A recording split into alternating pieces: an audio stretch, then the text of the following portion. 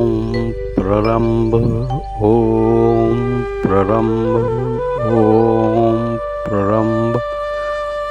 मैं आज जीवन के उत्पत्ति के सिद्धांत के विषय में कह रहा हूँ। जीवन की उत्पत्ति कैसे और क्यों हुई। जीवन की उत्पत्ति के विषय में वैज्ञानिक अलग तर्क देते हैं, शास्त्र अलग तर्क देते हैं और मैं कुछ अलग तर्क देता हूँ। इस जगत में पहले बीज आया,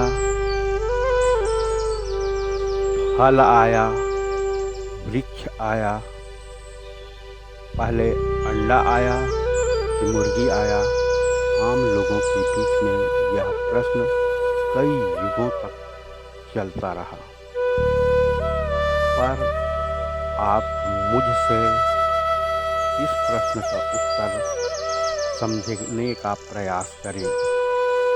इस जगत में आने के लिए सभी जीवों के लिए एक ही सिद्धांत लागू होता है। उसके लिए हम एक प्रयोग करते हैं और उसे समझते हैं। हम एक मूंगफली का दाना लेते हैं और उसे तोड़ते हैं। उसके अंदर हमें पौधे का एक छोटा रूप दिखाई देता है।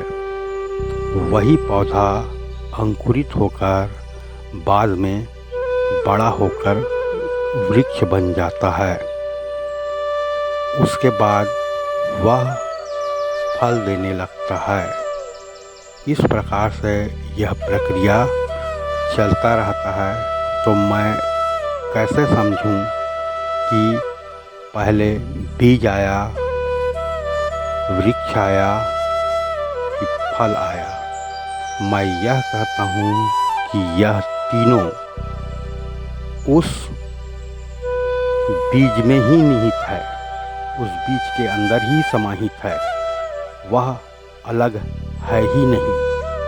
वो सिद्धांत एक फल में लागू होता है, वही सिद्धांत जगत के अन्य सभी जीव जंतु में लागू। जब मैं अपने माँ के गर्भ में आता हूँ और जिस दिन मेरे लिंग का निर्धारण होता है, उसी दिन ही मेरे शरीर के अंदर एक नए जीव उत्पन्न करने की क्षमता गर्भ से ही आ जाती है। इस तरह मुर्गी और अंडा एक साथ है, बीज, फल और वृक्ष एक साथ है।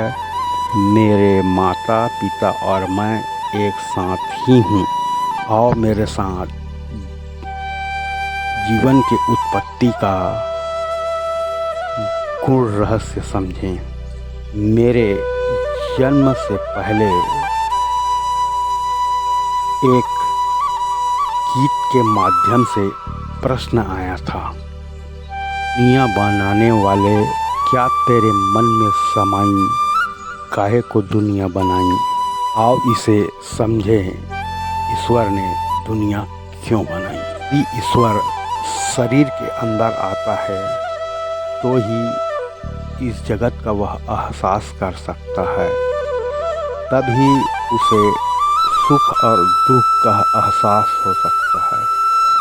तभी उसे दर्द का एहसास हो सकता है। तभी उसे खुशी का एहसास हो सकता है। यदि वह शरीर के अंदर नहीं आता तो फिर उसे न दर्द का एहसास होता है, न खुशी का एहसास होता, किसी भी प्रकार के उसे एहसास नहीं होता।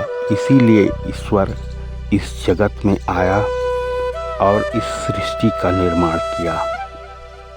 ओम शांति, ओम शांति, ओम शांति।